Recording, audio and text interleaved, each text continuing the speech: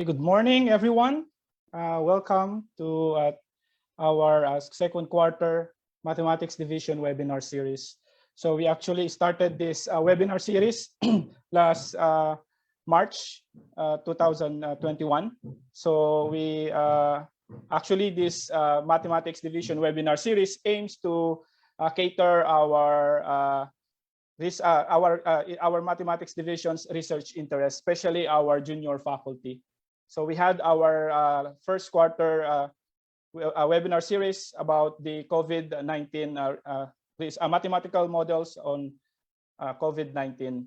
And for today's webinar series, we will have our two junior faculty in the name of Assistant Professor Neil Jerome Egargin and Assistant Professor Ken Roble. So our first speaker is an assistant professor of mathematics at the University of the Philippines, Los Baños, and he's currently pursuing a PhD degree, and actually he'll be finishing his PhD. He's just waiting for the for his graduation this coming June, and in the University of Houston, and he's specializing in active control of exterior wave fields and application. And his other research interests are algebraic graph theory, mathematical and numerical analysis, and mathematics education. So Assistant Professor Neil Egargin will be talking about the controlling acoustic fields using an active source. So let's welcome soon-to-be Dr. Neil Egargin. Okay, thank you, Edu, for the introduction. Let me just share my screen. Okay.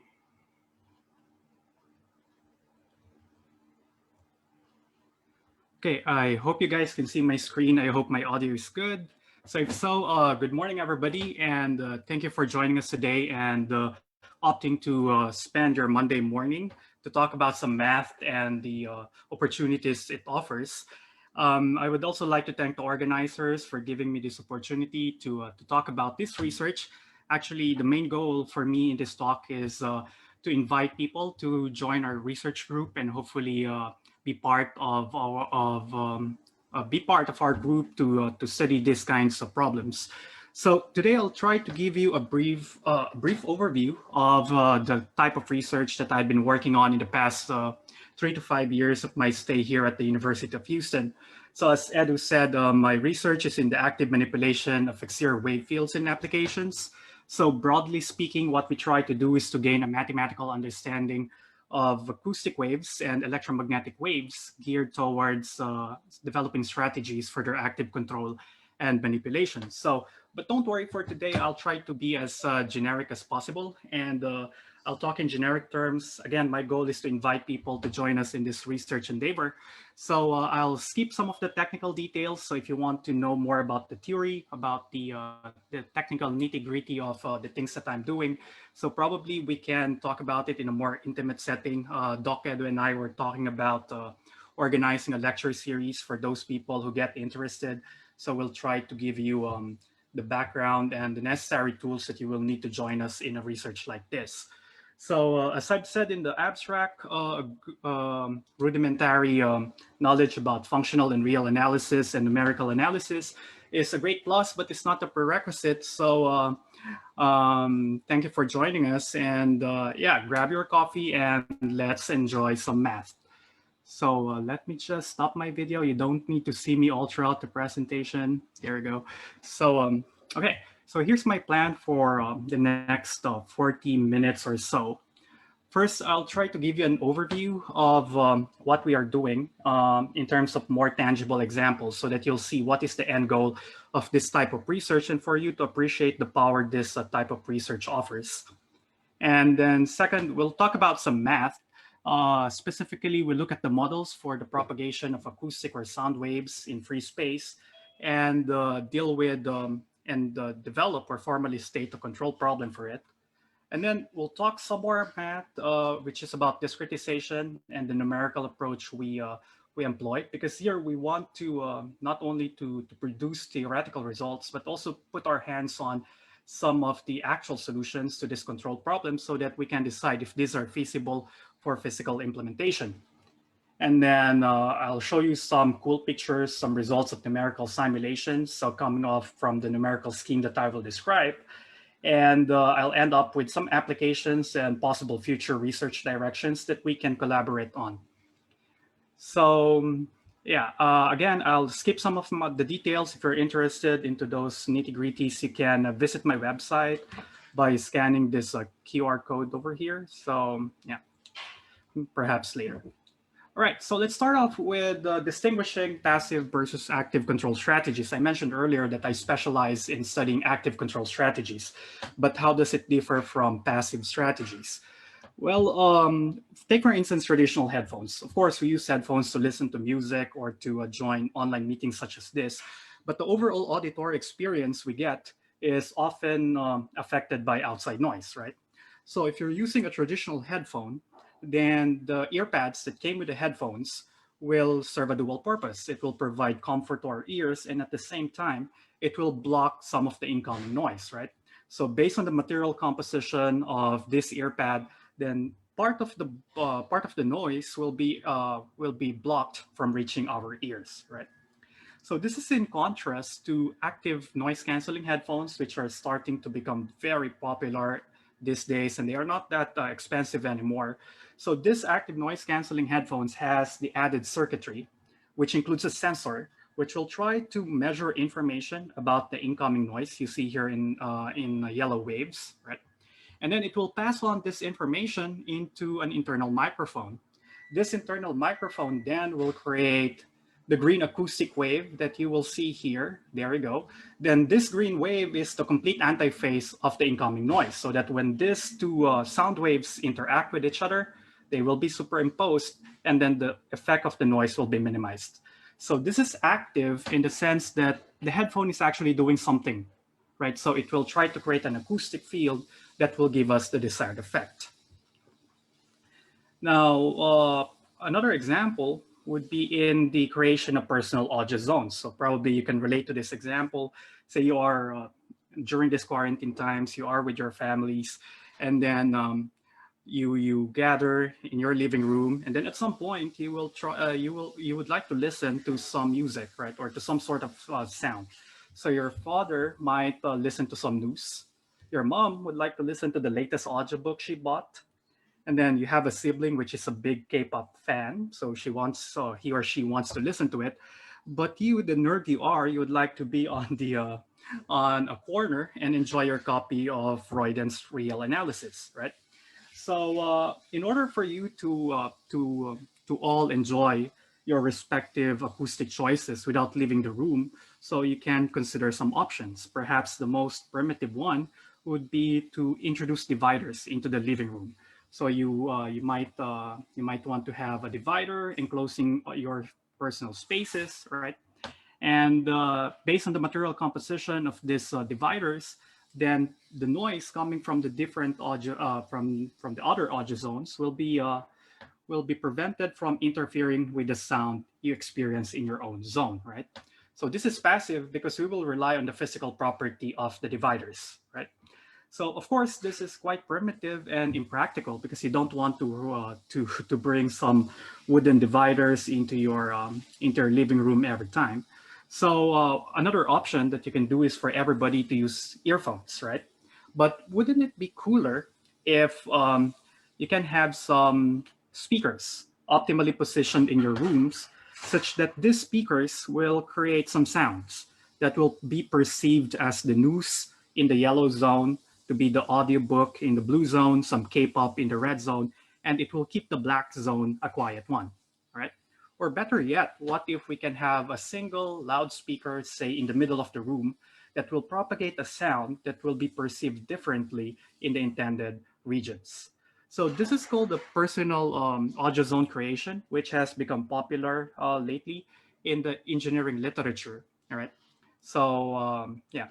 You might think that these are very high-tech things, and this would be far off in the future, but actually it is not. It started to become a ubiquitous part of our contemporary society, because, for instance, the car manufacturer Hyundai uh, introduced recently or announced recently that they have developed what they call the separated sound zone technology for car cabins. So it promises that you can, each passenger in the car can experience some isolated or some prescribed acoustic signals or sound waves without interfering with each other. So if the driver is using Waze or Google Maps, the voice prompt coming from that app can be isolated towards towards the driver, and the other passengers won't notice it. And then the passenger beside him can play rock music without distracting the driver, while the people at the back can play some movie, right? So they say they achieved this technology by first optimally arranging the speakers within the cabin. And then what makes this strategy active is the use of a PC controller or computer-based controller, so that the sound waves produced by the speakers is designed in a way not only to deliver the desired acoustic signals on each of the spaces, but also to minimize the audio reflection in cabin. So the thing here is that it's not too far away in the future. Maybe in a couple of years, we can readily see this in mid or high tier cars, right? Because they said it's already in the production stage. Also, some other companies like Harman Kardon also are developing this kind of technologies. Well, on the military side, this kind of research can also be used in order to design some automated underwater vehicles. Now, these AUVs can be carrying active sources that are designed to allow them to communicate with nearby units, right? And at the same time, to send information via acoustic waves over long distances towards base stations in the far regions, such as a big ship near the surface of the ocean. All this while preventing data leakage in the direction of an enemy interceptor and avoiding detection by hostile enemy units like torpedoes or sonars. Right? So, with this in mind, I hope you have an idea of what the end goal of this research, but you might say, okay, these are very highfalutin examples. Of course, uh, if you want to do these things exactly, then you need some people from engineering, from physics, and so on. But where will a mathematician will come in? So, based on experience, researchers in this field or research proposals that will say, okay, we can do these types of applications, most research funding agencies require them to provide proofs of concept. And mathematicians can provide those proofs of concept by trying to build prototypes, at least from a theoretical perspective, or prove theoretically that this can be done. And that's what we tried to do here. And we did so by trying to do what mathematicians do best. We strip the problem down into the barest essentials and deal with abstractions. So going back to our living room problem, instead of thinking of it in the physical aspect, let's erase the room and say, okay, never mind the room. I'll just consider the problem in the three-dimensional Euclidean space R3, right? And then instead of a loudspeaker, because as a mathematician, I don't know anything about loudspeakers, I'll just replace the speaker by a source, which is a compact region in space, let's call it dA, with Lipschitz continuous boundary. And then instead of talking about several sound zones here, maybe I'll just consider a couple of them, say the regions R1 and R2, okay? And then probably enclose this in a far-field far-field sphere rather. So now the idea is purely theoretical or purely abstract. We don't have any room, loudspeakers, and so on. These are purely mathematical objects where we can thrive, right? So the idea here is that we want this source to be designed in such a way that it will radiate a field F1 onto the region R1 and another field F2 onto the region R2, right? And this F1 and F2 are the sound waves or the acoustic signals. Now, never mind about acoustic signals because probably we don't know anything about acoustic signals and how they are produced. But the model for acoustic waves, they are simply functions of space onto the complex numbers, right? So we can think of any acoustic field to be just a function from the space domain R3 onto the set of complex numbers, which makes it more comfortable for us. Now, never mind the sound signals, all those tedious application details.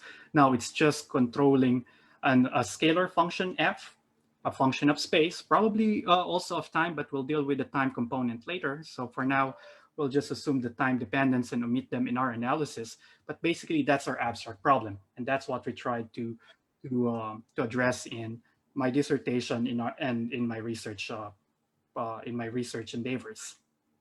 Okay, now this is a picture, and then what do we know about acoustic fields? Well, acoustic fields satisfy what we call the Helmholtz equation. So that's the partial differential equation you see in the first line of equation 1. So you have the Laplacian of u plus k squared equals 0 in the region R exterior to our source dA. Now, for you guys who are familiar, the Laplacian of u is simply the sum of the second order partial derivatives in x, y, and z. And then k squared here is a constant. K is what we call the wave number, which is the ratio between the angular frequency. So this is 2 pi times your frequency given in hertz all over c, which is the speed of sound in your medium. In free space, it's about 343 meters per second.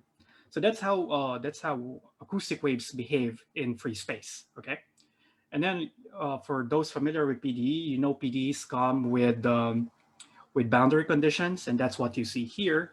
So you can either have a Neumann data, which is your normal velocity here, or a Dirichlet data, P, which can be interpreted as the normal, which can be interpreted as the acoustic pressure on the boundary of the source.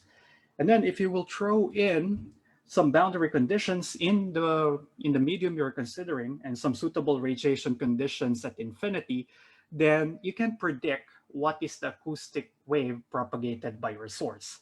And this is what we call the forward problem. So knowing the boundary input and the boundary conditions in your medium, you can predict what is the acoustic field produced by the source.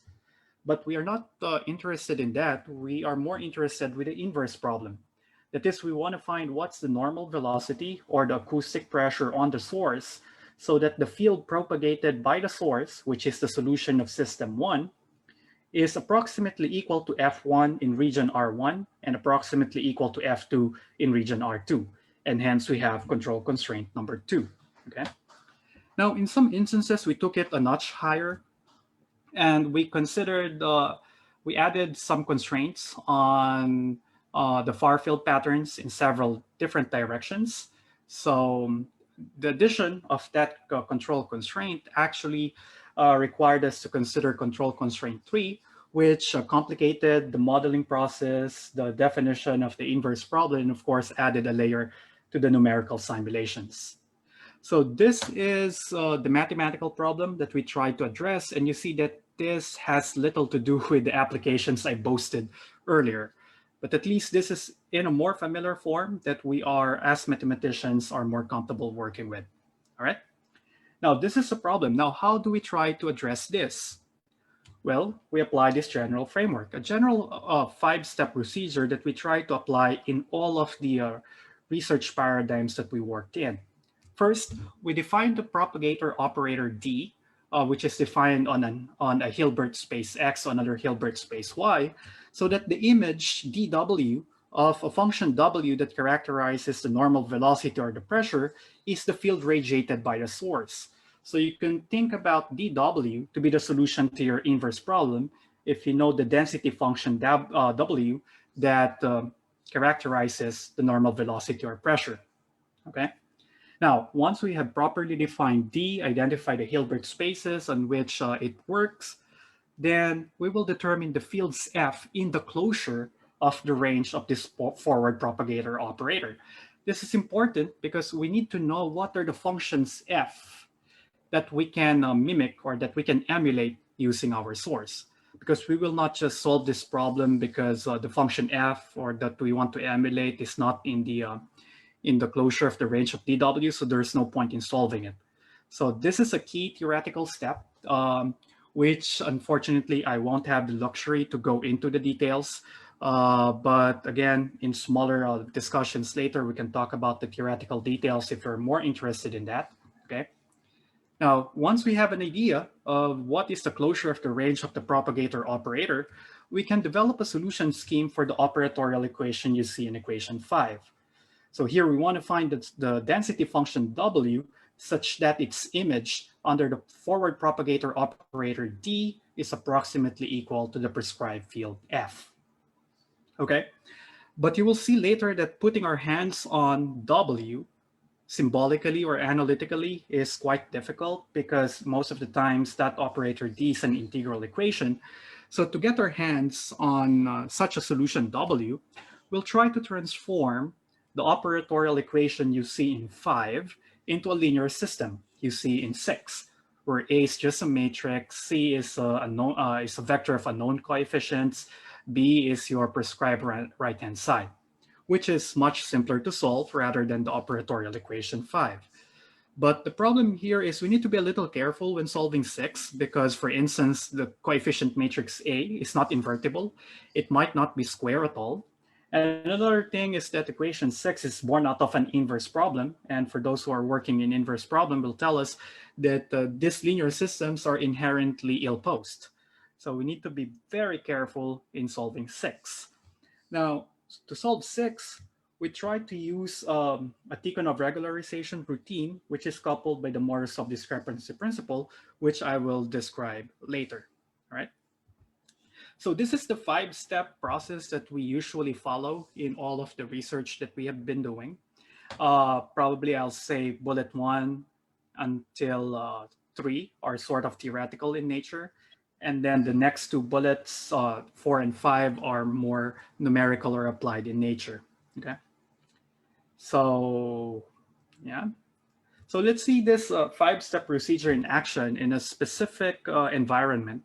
So here we'll talk about acoustic control in free space. So the problem formally is to find the boundary data, either the normal velocity or the pressure, so that for any prescribed fields F1 until Fm on the control regions R1 to Rm, the solution radiated by our source, which satisfies 7, also satisfies the control constraint 8.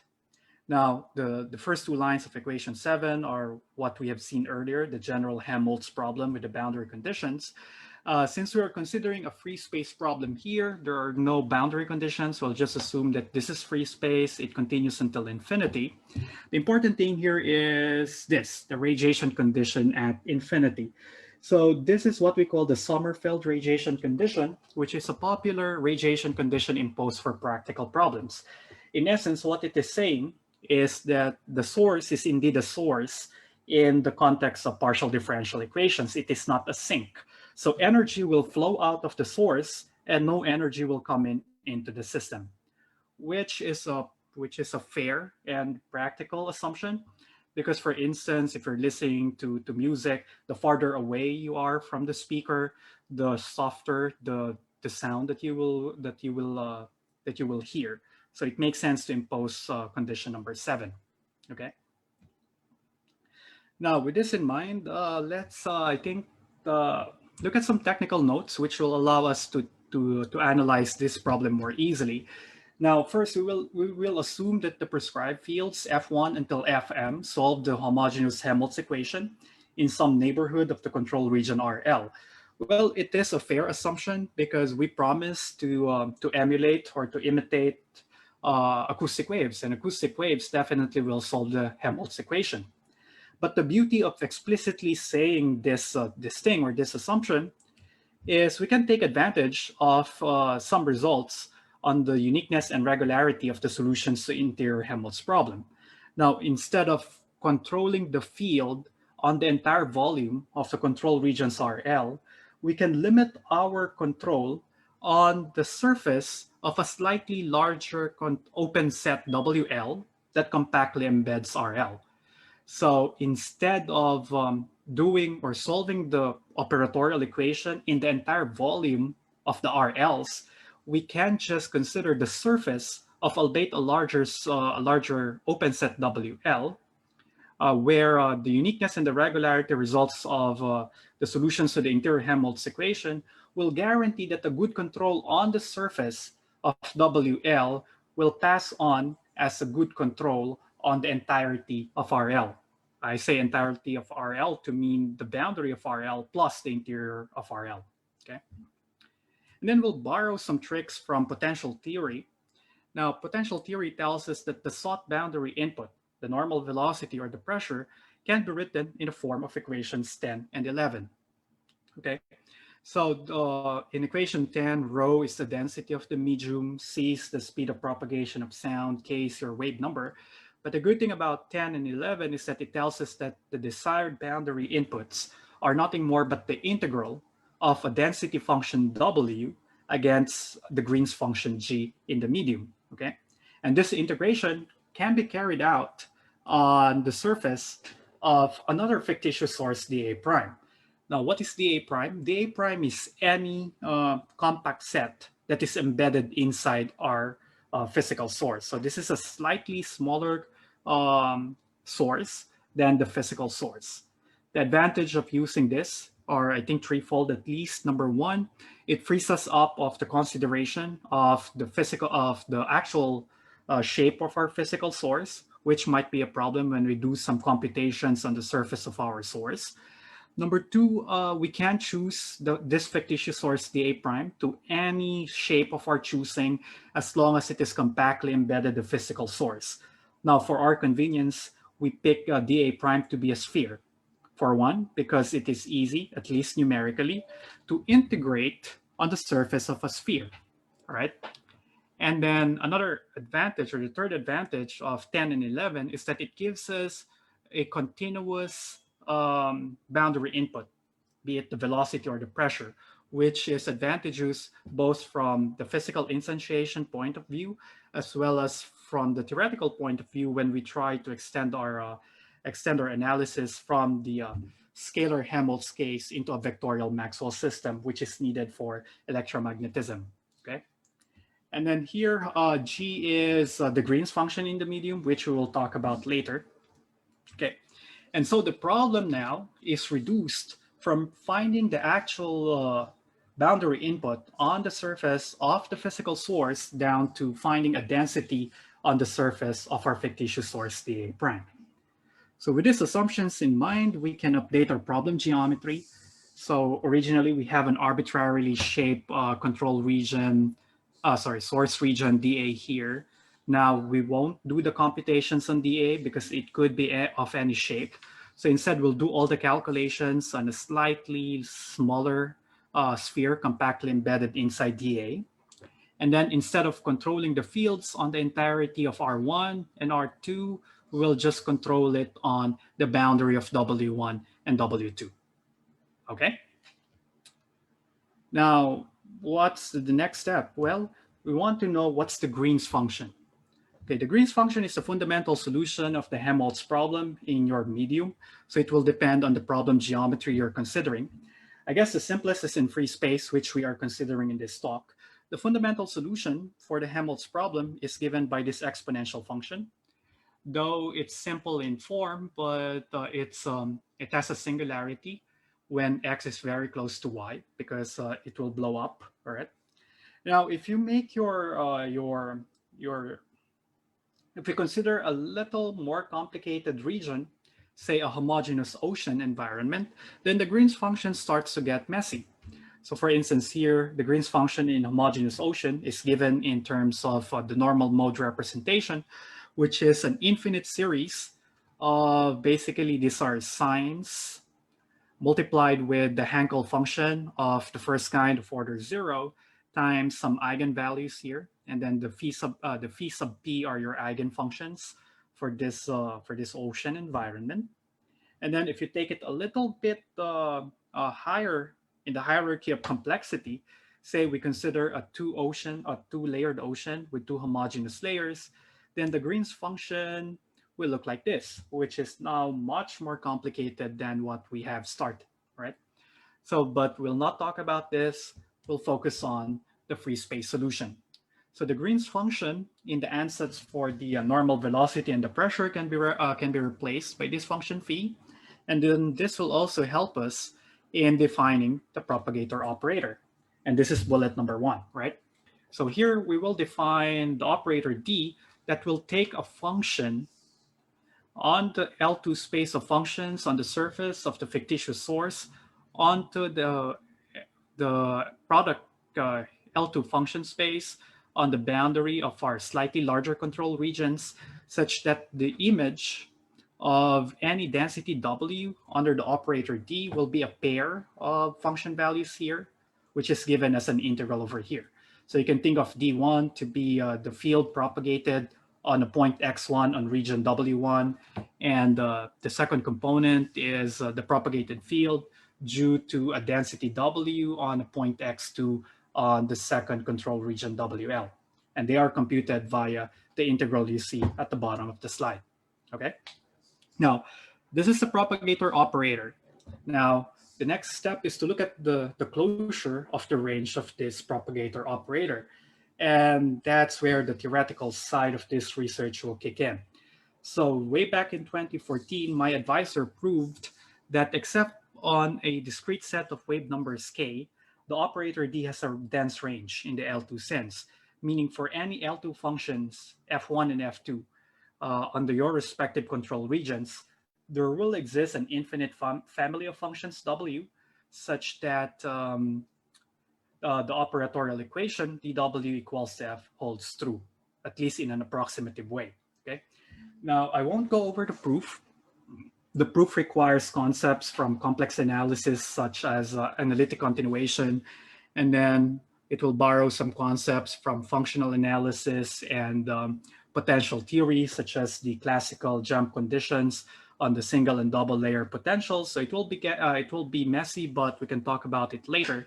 But just believe me for now that the range of the operator D is dense. So meaning for any desired field that you want, you can always find a W that will solve the operatorial equation. Okay. Now that takes care of the second bullet. Third bullet, let's try to have a solution scheme for dW equals F. Now, how do we solve this?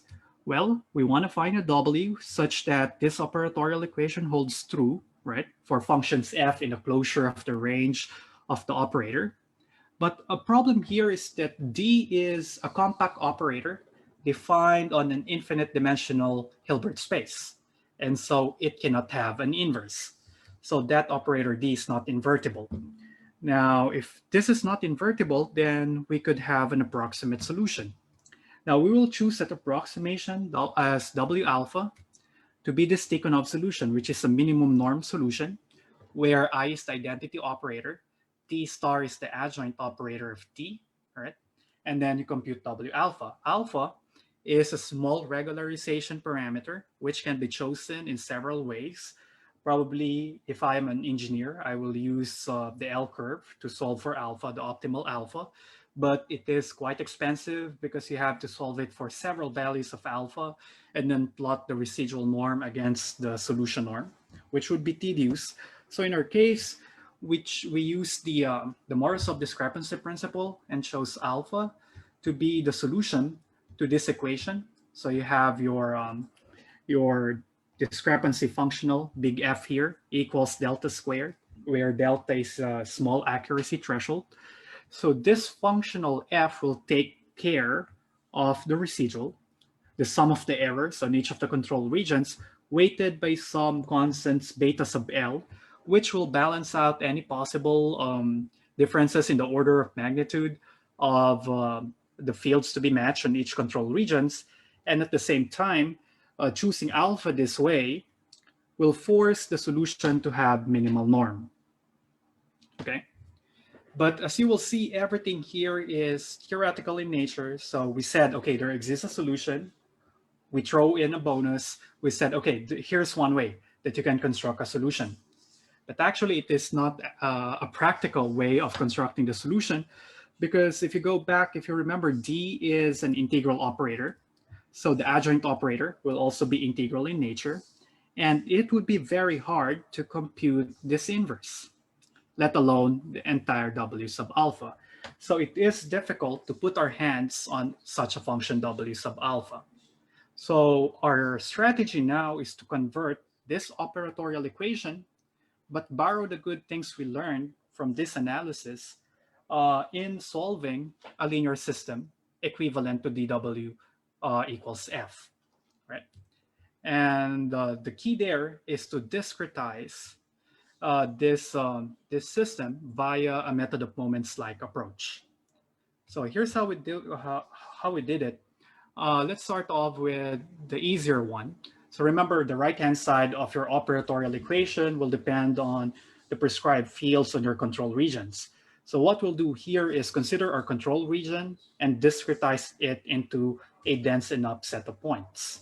Okay, so you have points x1 until x sub n sub 1 for the first control region, and x sub n sub 1 plus 1 until x sub n on the second control region. And we will evaluate the prescribed fields on these individual points. So the right-hand side of our operatorial equation can be transformed into a vector of n rows and one column, right? Consisting of the function values of the prescribed fields, right? At the specific mesh points that we chose, all right? Now, discretizing the left-hand side is a little bit trickier.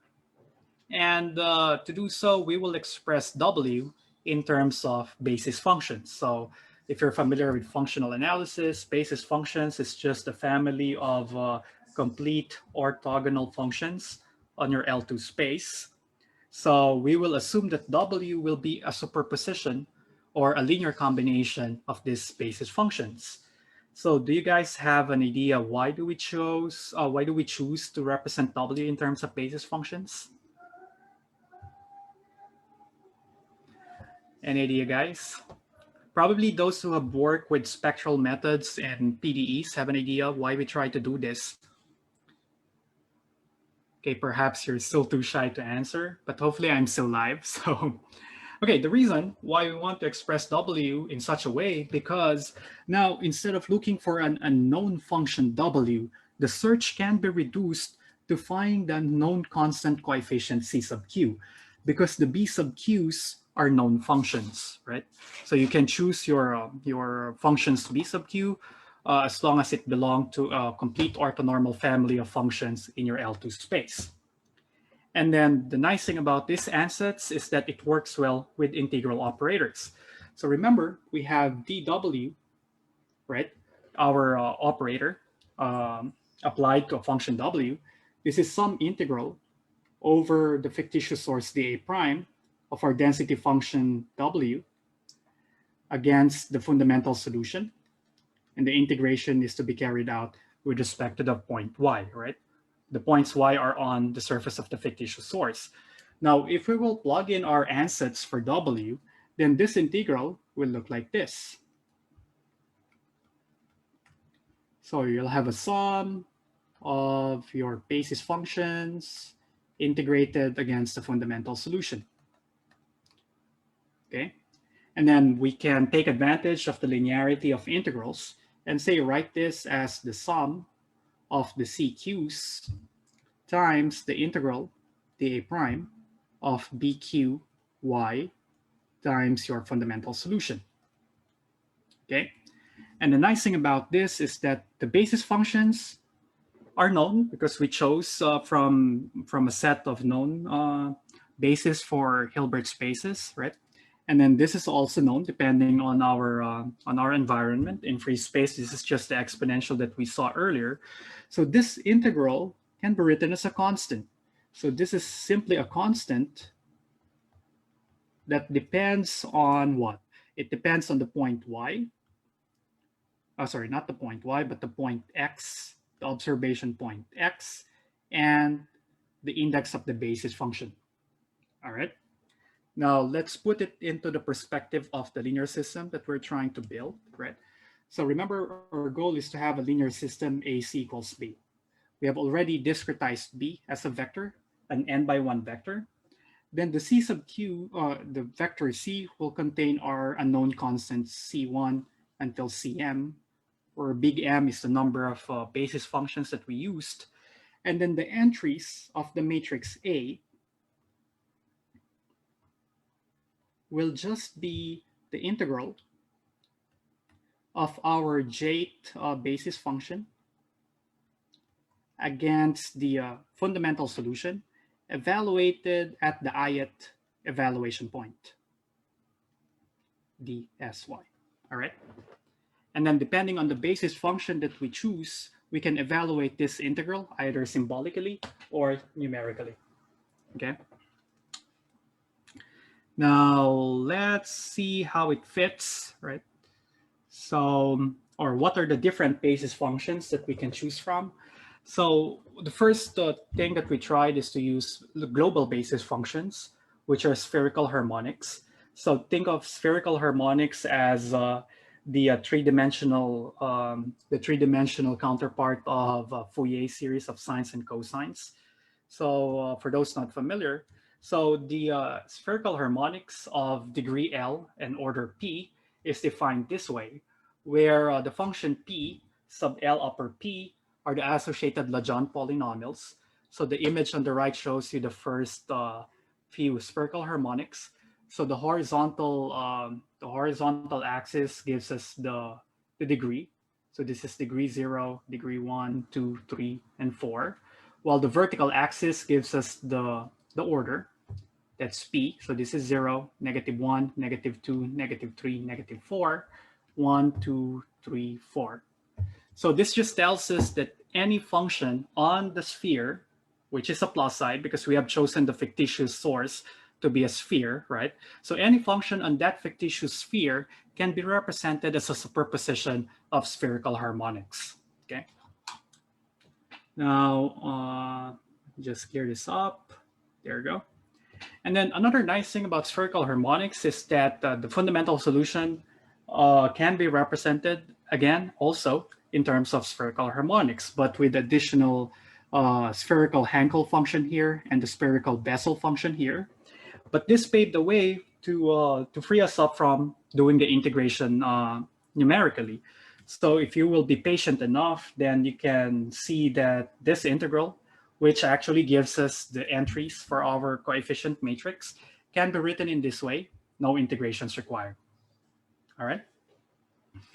Now, another usual choice for basis functions are the local basis functions. In this case, we'll also see some results using nodal local basis functions. And the approach here is we triangularize our spherical fictitious source. And on each triangle, we will define the basis function b sub q. And then the b sub q is just the summation of 3 linear interpolants, which is equal to 1 at vertex vi and 0 elsewhere. So these are the usual 10 functions that engineers will allude to. All right. Now, the problem here, or the only caveat here, is that the functions are simple, but we cannot do the integration by hand. So what we did is to compute dw, okay, that integral operator, in terms of Gaussian quadratures of order 7, which turned out to be sufficient to maintain accuracy of the results. All right. So are you guys still with me? I hope you are. Okay. So now, just to summarize what we have done so far. So we started with this operatorial equation, transformed it into a linear system, and we said we'll take the Tikhonov solution for that linear system, and the regularization parameter alpha is chosen via the Morozov discrepancy principle, which is the solution to the discrepancy equation I've shown you earlier. Oh, by the way, here in C, A star is the complex conjugate transpose of your coefficient matrix A, all right? And then this numerical scheme will give us the vector of unknown coefficient C, which will allow us to rebuild the unknown density W. And then knowing the density W will allow us to construct the actual boundary data on the source, which in this case, I'll show you how we develop the normal velocity, or what are the required normal velocity on the actual source to get the intended acoustic effects, right? Okay, so probably that's too much of math this early in the morning. So we'll stop there and I'll show you some cool pictures, some numerical simulations using these two types of basis functions. So we'll consider this problem geometry in which we have this spherical source of radius 10 centimeters. And then this is our W1. And then this is our secondary control region. They are annular sectors of thickness, I think, 40 centimeters. And on W1, in the first region, we want to create a plane wave. So this is the prescribed field. This is the pattern that we want to create on region 1. And on region 2, we want to create a null field. So we want a near zero field in the secondary region, which is quite fascinating because what we're asking here the source to do is to create a plane wave here. So it will send some sound signals here, but this will be maintained as a quiet zone. Right? Now let's look at some results. So these are the results we got when we tried to use spherical harmonics. Oh, by the way, here we discretized the control regions W1 and W2 into 2,200 points each. So there's a total of 4,400 discretization points. And then for spherical harmonics, we use 30 harmonic orders, which translates to 961 basis functions. So basically here, the linear system we solved has 4,400 rows, each corresponding to a point in a control region, and 961 columns, each corresponding to an unknown constant for the basis functions. And then here's okay, by the way, you will see here that we did a very good job in creating the prescribed acoustic field, because here you see that the pointwise relative error is just above 0.5%, right? The maximum is about 6 times 10 to the minus 3. Okay, on the secondary control region, here we see that we have created a field which has maximum magnitude of about 2 times 10 to the minus 3, which is about 2 or 3 orders of magnitude lower than what we have created in the primary control region, which is essentially good from an acoustic point of view. Now, in order to get these results, here's the density W we find on the source. So you see here, this is the plot of the function W on the fictitious source, and you will see here there are very high order and fast oscillations in the density W, which is characteristic of basis functions. So let's see here. Okay, so you see here. Okay, this is the this is the face of the fictitious source facing the plane wave region, and you see here that there seems to be a complicated pattern in that direction. But on the opposite side, facing the null region, there is a slightly simpler pattern in the case of having oscillations of larger scales. So it will play with the color schemes a little bit here. Let's try to see what happens. So maybe I can truncate the color map a little bit here. Let's see. Okay. So we see here that you see that the very complicated pattern on the face on the surface of the sphere facing the plane wave region, and the relatively easier pattern on the backside. So this could be a downside in the physical instantiation, because if you will create a source, basically you need a very complicated pattern to achieve the desired effect. Now this is the density function W. Now if you look at the actual normal velocity, so here's a normal velocity on, I think this is a sphere. I assume that the physical source here is a sphere of radius 11 centimeters. So you see here, yeah, still a very complicated normal velocity pattern. Now, let's compare it with what we have with nodal basis functions. Same problem geometry, but you will see here that the discretization on the source region, or on our fictitious source, is a little bit sparser than what we have for global basis functions, because here we can afford to have less number of unknowns. And these are the results in region 1. You see still some good results. The maximum pointwise relative error in region 1 is about 1.2%, still good from an acoustic point of view. Our goal is to accuracy of at most 10% or an error of 10% or less. And then this is the generated field on the secondary control region. And you see that we still are doing a good job because the magnitude of the field is still 10 to the minus 3. Now the normal velocity, or sorry, the density required to produce these results is shown here. Let's look at surface density here. You see here that there seems to be an easier pattern here because it's almost a very small field on the face or on the surface facing our fictitious our primary control region, and here's the backside facing the null region. Okay, now let's see. Let's look at a slightly altered color map. Hold on, my okay, there we go. So let's say let's truncate the color map to orders both sides. Okay, so you see here that there are I think this is much easier to implement physically because now you have patches of you have bigger patches wherein you have very similar function values both in the backside and in the front side of the source, or the side facing the primary control region. Okay, now I think I don't have too much time, so I'll wrap up a couple of slides. So yeah, so these are just the comparisons between the sources that we have.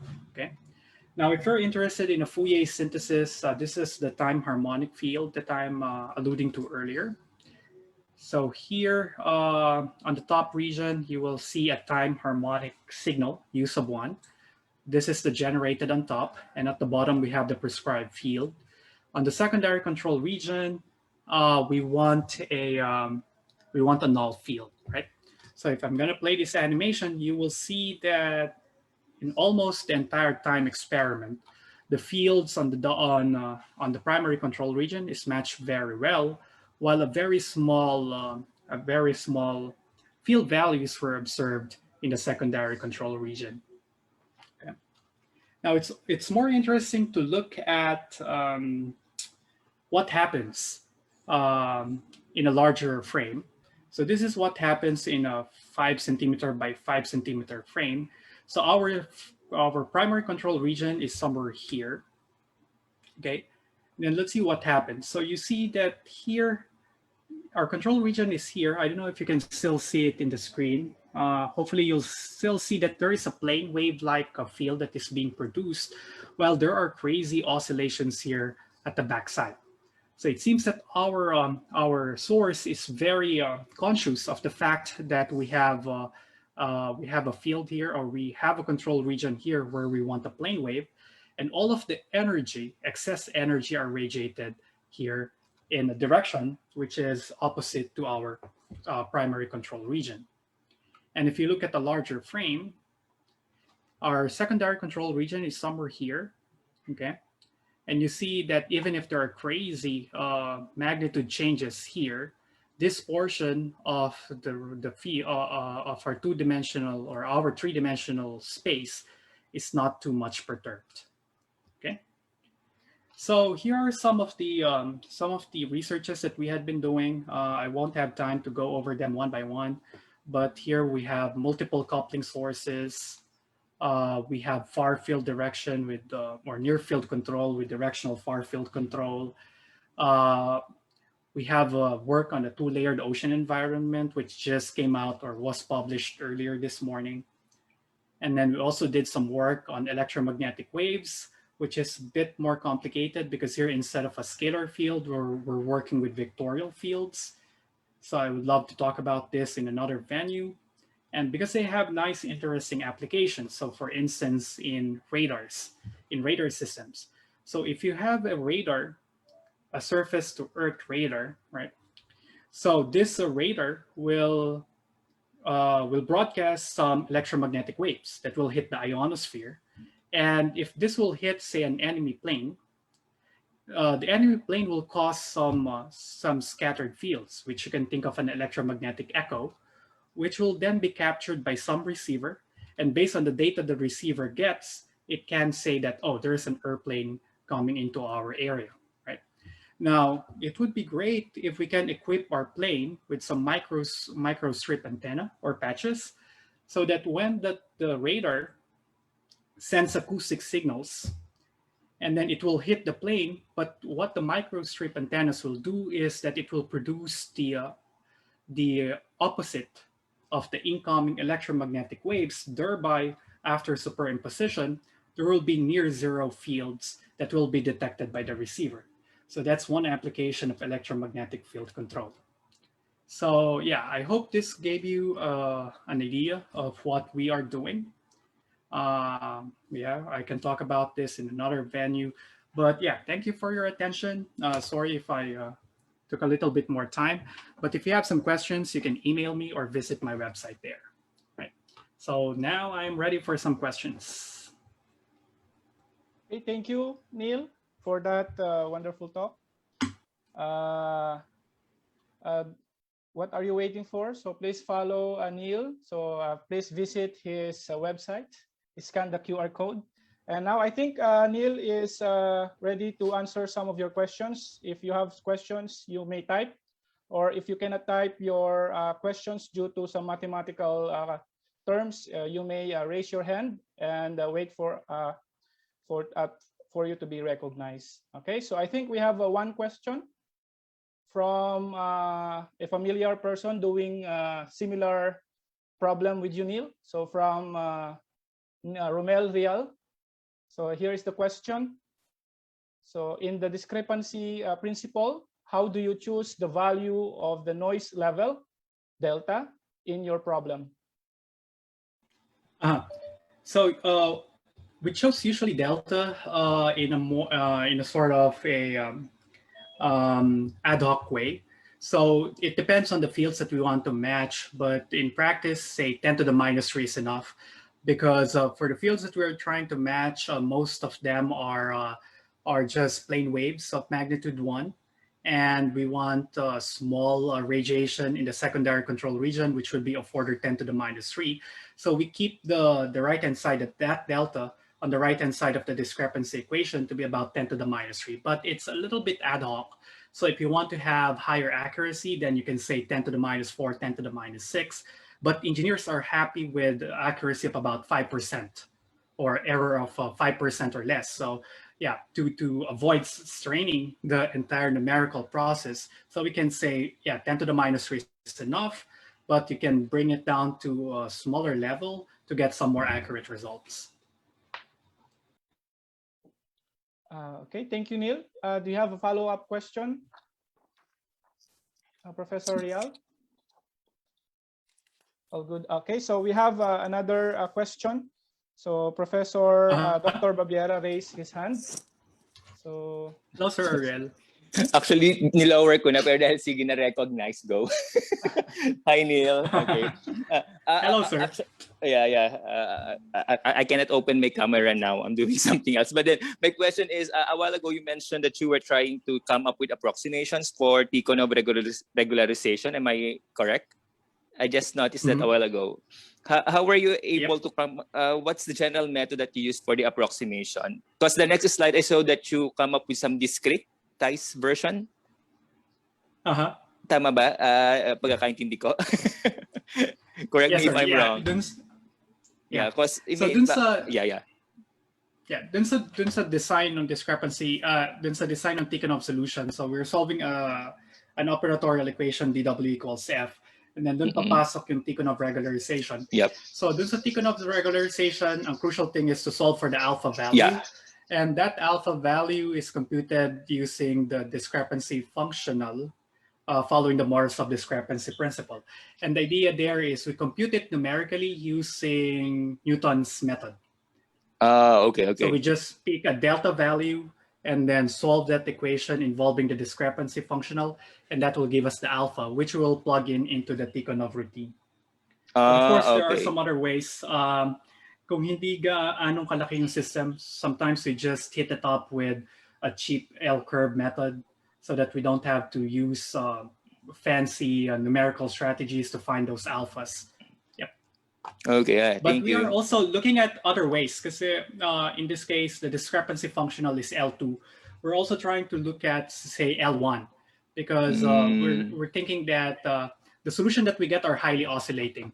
And probably one way to get rid of those oscillations is to replace the norm, the type of norm in the Tikhonov routine by, say, an L1 penalty norm or a SVD-like norm. So okay.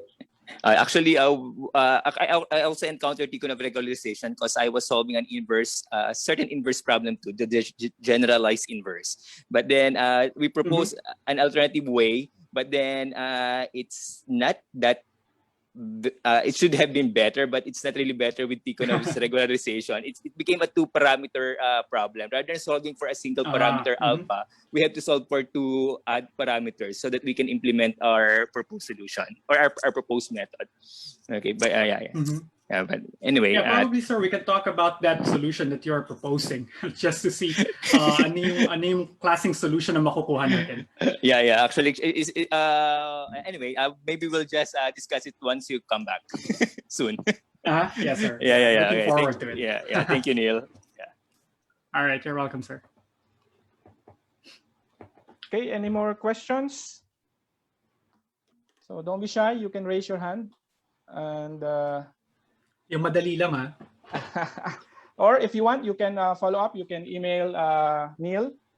So he will accommodate all of your questions. And actually, he promised to have a short or like lecture series when he come back. Right, Neil? In our cluster, analysis cluster. So now, thank you, Neil, for that wonderful talk. So yep, thank you. See you in June. Yep, and see ya. Again,